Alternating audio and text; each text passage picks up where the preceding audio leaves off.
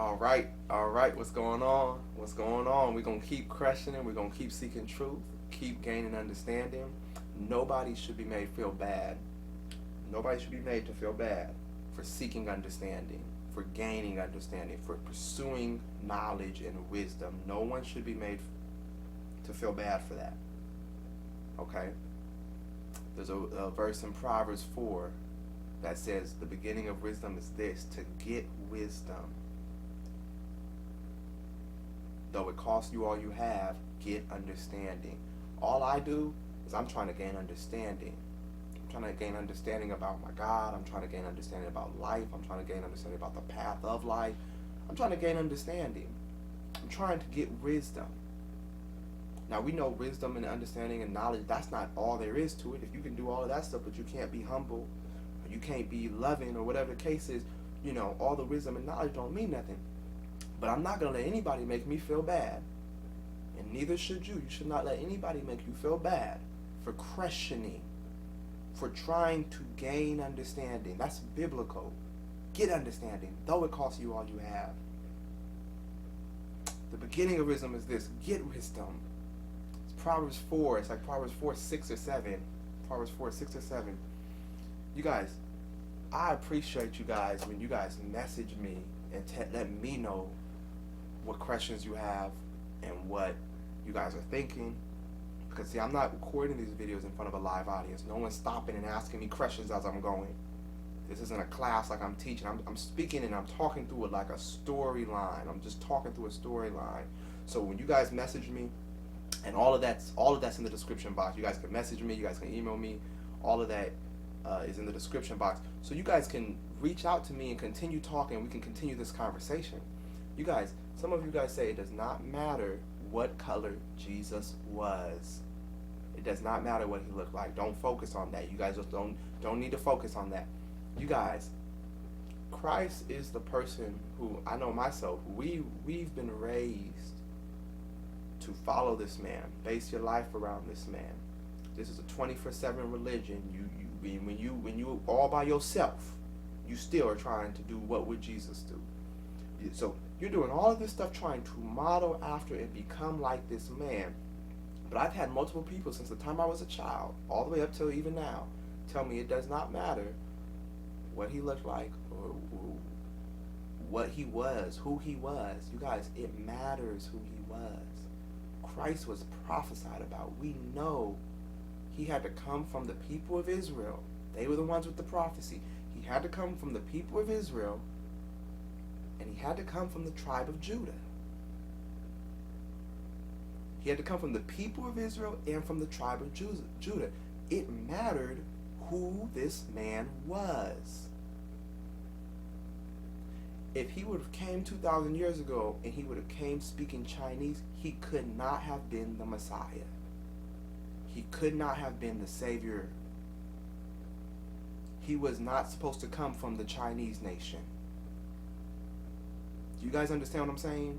It matters who Christ was. And I know why we think it doesn't matter. I know why, because I grew up thinking this way. We think it doesn't matter because we view Christianity as a world, an ideal world we want to step into, where race doesn't matter, gender doesn't really matter in that way. Like we all have the equality of being saved by God. So we want to step into that world, but remember, we live in the world, we're not of the world. So we're trying to live in this spiritual world that does not exist in this world. In this world, people see color. In this world, people see class and finances. In this world, this is not a perfect world, okay? So when you step into your Christianity is supposed to change the imperfect world. Your Christianity is in a world you're supposed to live in fantasy land about. You guys understand what I'm saying? So we know with Christ he had to come from Israel, and he had to come from the people of Judah. Who were the Israelites? Who were the people of Judah? Who was the tribe of Judah? You guys, listen to me. Listen to me about the Hebrew people.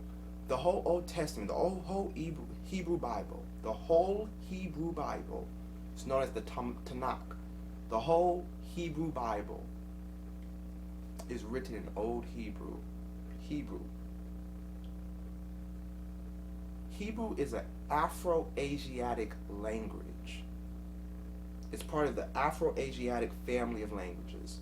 There's the Afro-Asiatic family of languages, which is basically languages cultivated from Iraq, Ethiopia, modern day Eritrea, Egypt, Sudan, all of these areas. All of those ancient languages that come from that area, that part of the world. Forget Africa being its own continent. Africa, Ethiopia, and Egypt, that all spreads out into Saudi Arabia, Iraq, all of those, Turkey, all of those areas.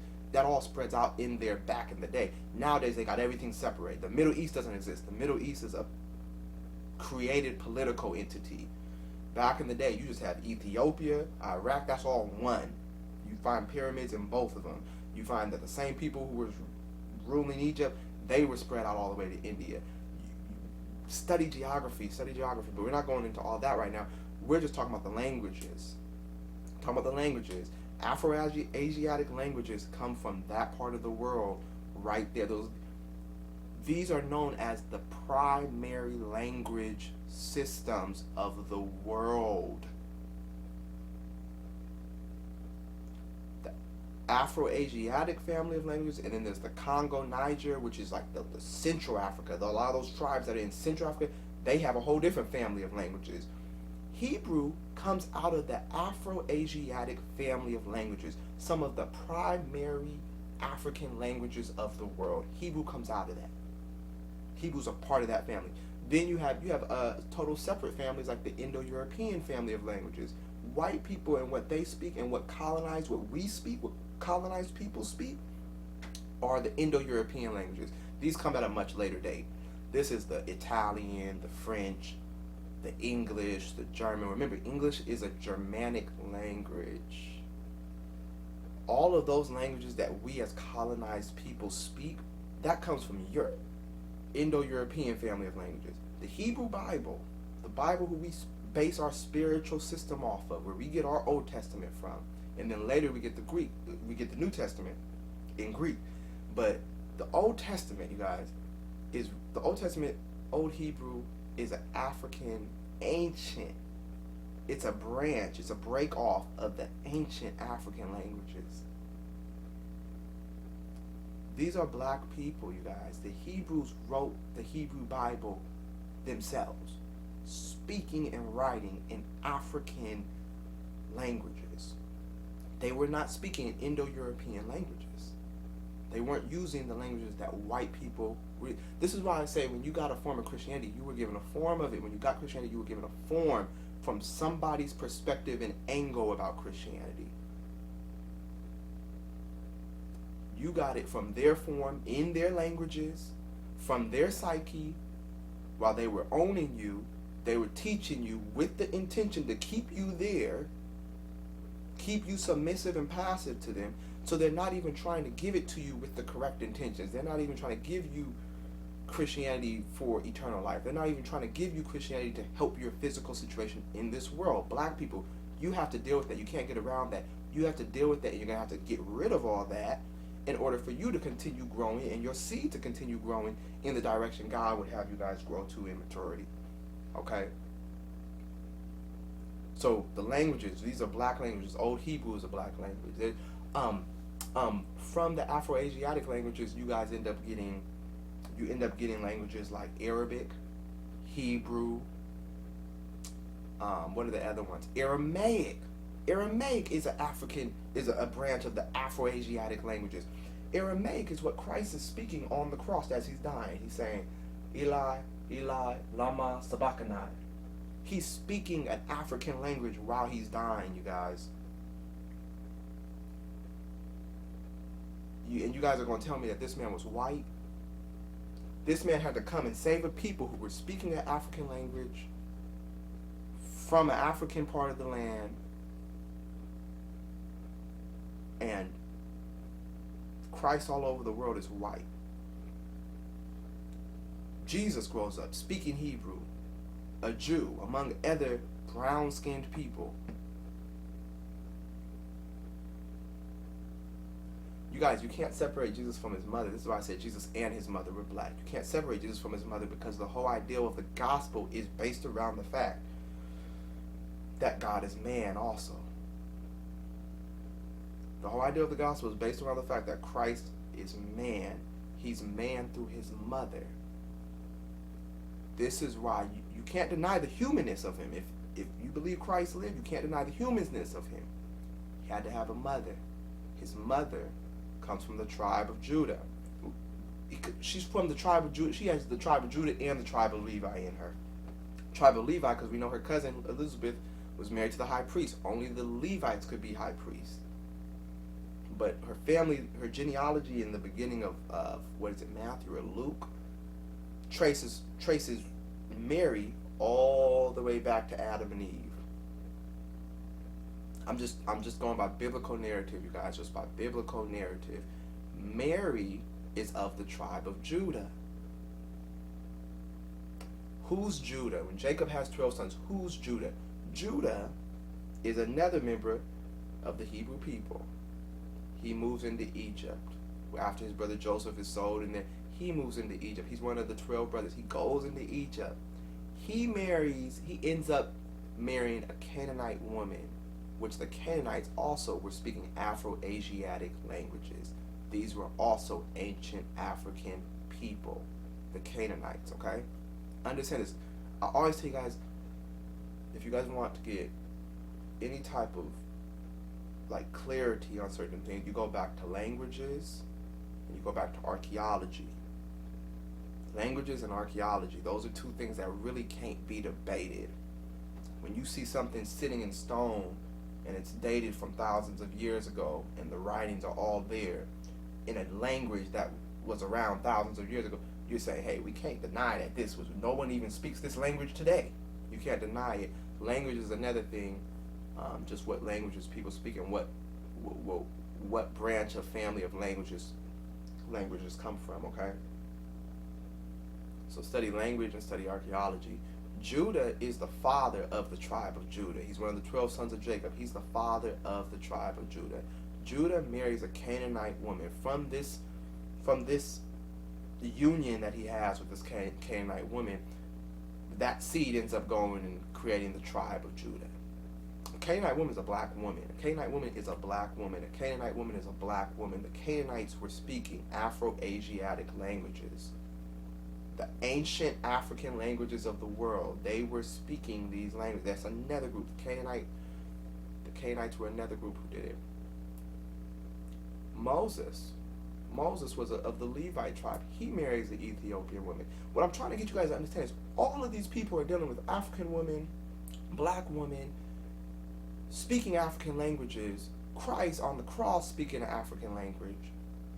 All of these people were speaking it, living it, and writing African languages, but you guys are told it does not matter who Christ looked like, what he looked like, and go ahead and just go with the white version of him. You guys, if Christ would have showed up speaking Italian, German, French, or English, that would have been an issue. Don't let anybody tell you it does not matter what the image is of Christ that you see. Don't let somebody tell you that, you guys. It's too much proof, too much evidence that these were brown-skinned black people. We know he wasn't white. Let's put it that way. He could have been brown. He could have been light brown. He could have been black. It's a few options, but I have not studied, I have not heard from white people who have studied, who have said that, hey, look, white people moved into the area known as Judea, started living among the Israelites, and among these white people, the savior for the Israelites came to all of these black people. That's just not how the story goes, you guys. Let's respect truth. Let's respect truth. Guys, go look up those Afro-Asiatic family of languages. These are some of the original. Remember, now, something I didn't even say. All of those languages, when you look at Hebrew, Aramaic, Arabic, all those African languages, all of them come from hieroglyphics. All of those writing systems come from hieroglyphics on the walls of pyramids. That can't be debated black. You're not going to debate me with that about that being black. So we're talking about a knowledge and a culture and stories of people who are black. You guys, we got to take back our concept of time. We have to take back our concept of time in Christianity as well. All right. I don't like going this long on the videos. I'm trying to keep the videos under 15 minutes for you guys. If you guys are enjoying what we're talking about, support through PayPal, support Keys Ministry, support through Cash App. If you guys support what we're talking about for Black Christians and educating Black Christians and Black youth about the spiritual systems and how we've been played with it, you guys support so we can keep this going and keep the videos coming to you guys more frequently, right? But I'm going to switch topics real quick from talking about Jesus being black. I don't like really talking about Jesus being black. I don't like arguing about it, but all over the world you see right Jesus and right disciples. As a child, you grow up and you see this right people, and so you have a camaraderie with white people that your God is part of their family tree, and he is not. If you can take your God back out of their family tree, put him back in his proper family tree. I'm not even saying put him back in your family tree. Put him back in his proper one.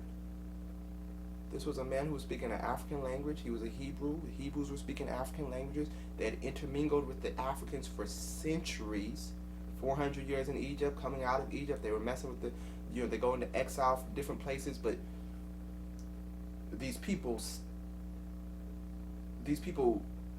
continue to hold on to their culture. Their languages, their writings are all in African. So you're not going to be able to deny that and say that it's okay to just go with the white image of Jesus. If Jesus, if it does not matter who he was, he could have came from any tribe, he could have came from any nation, he could have spoke any language, he could have been anybody. But we see him speaking the African languages of African tribes, of people who come from African places, okay? So for you to just say it don't matter what color he is, you're now taking the place of God. God sent him as that person. God sent Jesus as a member of the tribe of Judah, okay? So if you're going to say, oh, well, it don't matter. God said it mattered. God said it mattered. God's like, look, I want my son to come through this tribe and this people. He's going to speak this language. Those were Afro-Asiatic languages.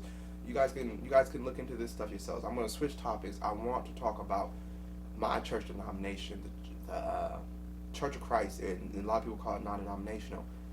I love the Church of Christ. I love the Church of Christ because the Church of Christ has a desire and a commitment to pursuing and seeking knowledge. Pursuing and seeking knowledge from the Bible directly. That's a beautiful thing. And from that, we're going to grow. From that, we're going to go. If you guys keep studying the Bible, keep peeling back layers of the Bible, you are going to grow. Because, see, a lot of people, you guys know that there's truth in the Bible. You know there's truth in Christianity. You know you have prayed and your prayers have been answered. You know you have heard God speak to you. You've been led by God. A lot of you guys know that, but you also know there's some stuff that don't make no sense. There's some stuff that doesn't add up. There's some questions you've never had answered. Part of that is going to be on you to seek. The other part is going to be on you to have courage. When you learn something is true and you know something to be right and true, you stand on it. That's why I don't let anybody make me feel bad. If you were not allowed to stand on your own too, you would not have most of what we have in religion. All of religion gets developed and Christianity gets developed out of people at different times saying, hey, this isn't right. We're doing things this way. When the Catholic Church was running all of Christianity as a political government, forget about churches, it's a political government. We're telling you what you can and can't do. We're telling you what you can and can't read. When Christianity was that way, it took a person like Martin Luther to break away and say, that's not the way to do Christianity. We need to go back to the Bible. Martin Luther broke away. That starts the whole Protestant Reformation.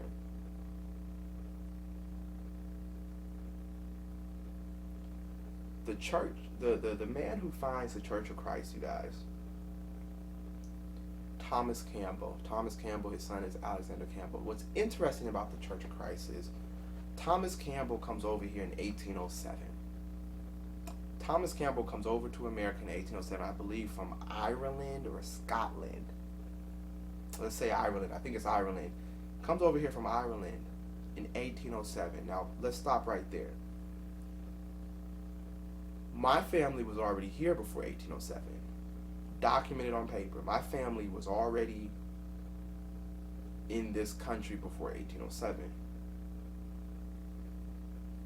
My family was not enslaved in this country waiting on Thomas Campbell to come over and start a movement known as the Disciples of Christ and Churches of Christ to be saved. Black American descendants of slaves. Listen to what I'm saying. If you are a member of the Churches of Christ in America, this starts from Thomas Campbell and Alexander Campbell, his son. There's a few other people who run the movement as well. What you see with white people during this time while we're in slavery is they are figuring out Christianity. They're still in a child growing, developing stages of learning Christianity. Thomas Campbell, when he comes over here from Ireland, 1807, 1808, we're already here enslaved. We're already here worshiping. We're on the plantations worshiping. We're not waiting for him to come and teach us about the Church of Christ. We're not on the plantations waiting on a white man from Ireland to come and teach us about how to get saved into the one true church. We're not waiting on that. We are already connected with God. We're already praising God. We are already worshiping God. We already are connected with God. And we already know that the form of Christianity that's over there with the white people ain't our form. We already know that. We weren't waiting on him to come and tell us this. So Thomas Campbell, what's interesting about the Church of Christ is this. Thomas Campbell wants to basically unify the churches when he comes over here. 1809, 1810, he's trying to unify the churches because all of the churches are separated. You have the Baptists who only mess with Baptists. You have the Methodists only mess with Methodists. You have the Church of England, we messing with ourselves.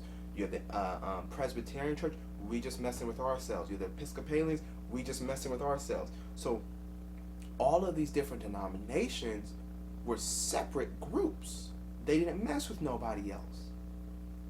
So what Thomas Campbell said was he was trying to get these churches to unify. He's like, we all have a common unity, which is the Bible. We all believe the Bible. Now we might have different beliefs in it or this or that, but we don't need to be separated like this as Christians. This is Thomas Campbell. He's like, we don't need to be separated. We just all need to unify over the Bible. So Thomas Campbell's whole point in starting the Churches of Christ was so that Churches of Christ could get back to being a universal church and not being a separatist group. What happened with the Churches of Christ was he came out with a declaration in like 1811, which says, look, the Churches of Christ are a universal church. The churches of Christ are universal. It is not you can't be Methodist and then hold the keys to the gates of Christ. You can't be Baptist and hold the keys to the gates, so you have to be Baptist. You can't be Methodist and say you have to be Methodist. You can't be Lutheran and say you have to be Lutheran. The Churches of Christ is universal for all people, no matter if you're Methodist, Baptist, whatnot. This is Thomas Campbell. What's interesting now is that the Churches of Christ have kind of developed into being a separatist group where we are only going to follow the Bible, and if you don't do it this way, then you are not one of us. That's just not the case, you guys. We got to be honest. This is why we got to be honest about where we were at when Christianity was given to us. We were enslaved. I know on the plantations in the early 1800s, my ancestors were not reading and writing. So when he's coming over here and he's dealing with other white people and he's arguing with white people about, hey, we need to be unified as a church, and they're kicking him out of the church, and he's trying to teach people like, hey, we can all be one together. That's white people's problem. Our problem is the fact that all of you guys are calling yourselves Christian and raping my son at night. These are the narratives we have. All of you guys are saying you're Christian and you guys are beating me up every day if I don't meet my quota. You guys read the slave narratives. Read the slave narratives. Read the slave narratives. The slave narratives are you guys. You guys are the slave narratives. You are your ancestors. When you read the slave narratives, you're learning about yourself.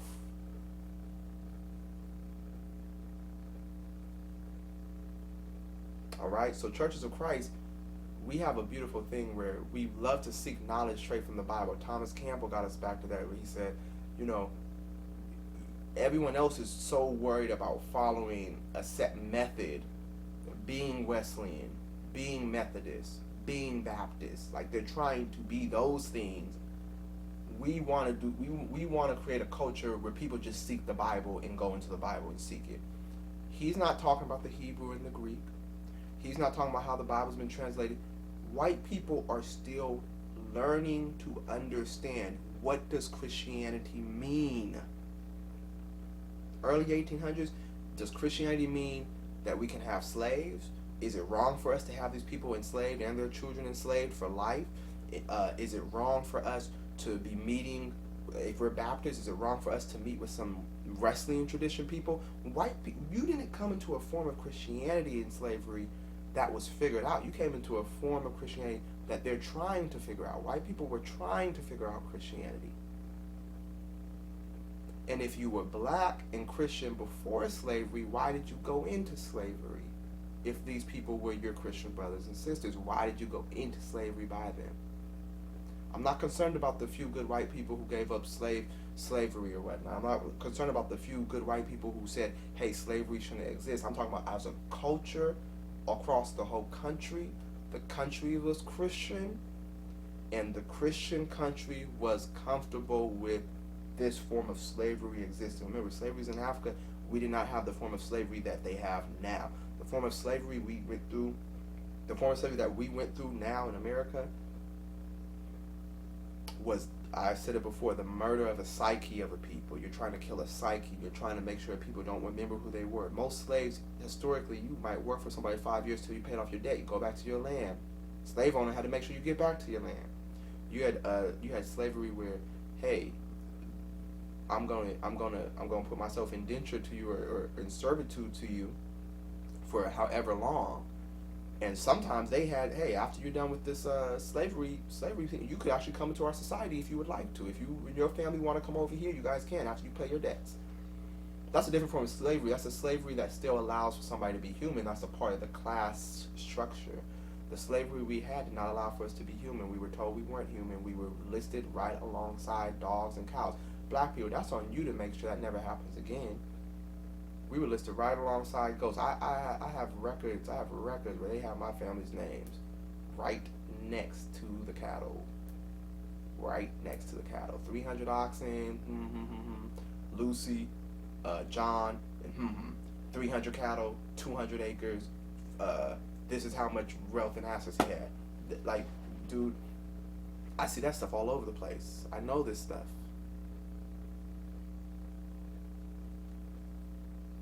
We went through a different form of slavery that was not humane, that was not Christian, and that was based on a fear of white males, fear of us rising as a people.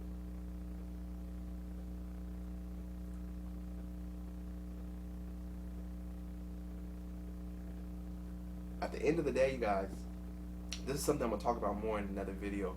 At the end of the day, black men have to deal with white men when it comes to racism. Black men are going to have to deal with white men when it comes to racism. You don't,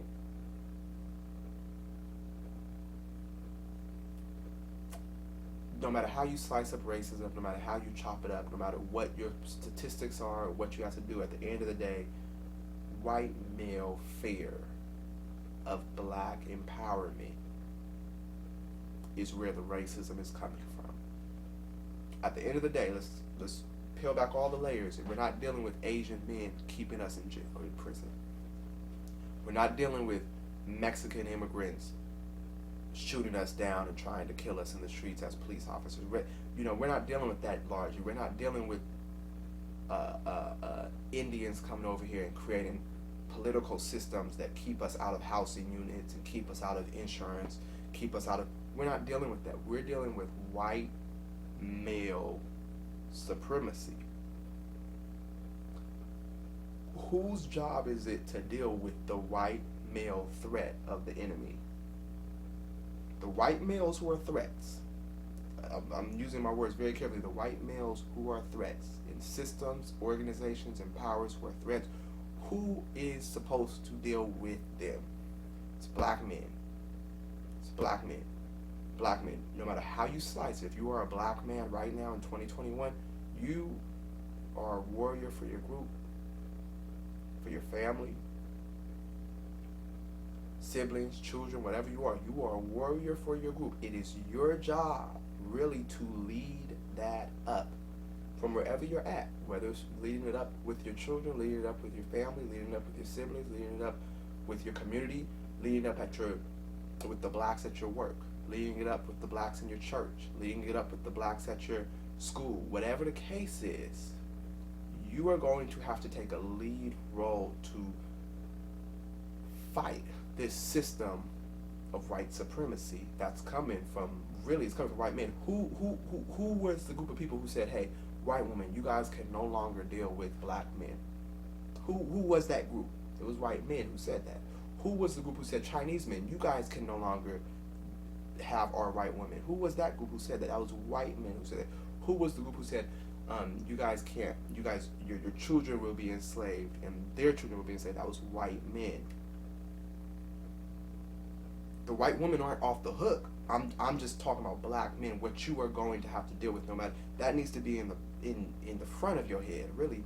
No matter what happens, no matter what racism's going on, no matter how much is happening, end of the day, black men, you are going to have to stand up to white supremacist men and deal with this fight. Whether it's on the verbal front, like I'm doing, I'm speaking about the white supremacy so that everyone can get educated, everyone mentally can get educated. No, you get 5 people educated on this knowledge and this history and this spiritual knowledge changes the world. It will change that whole community.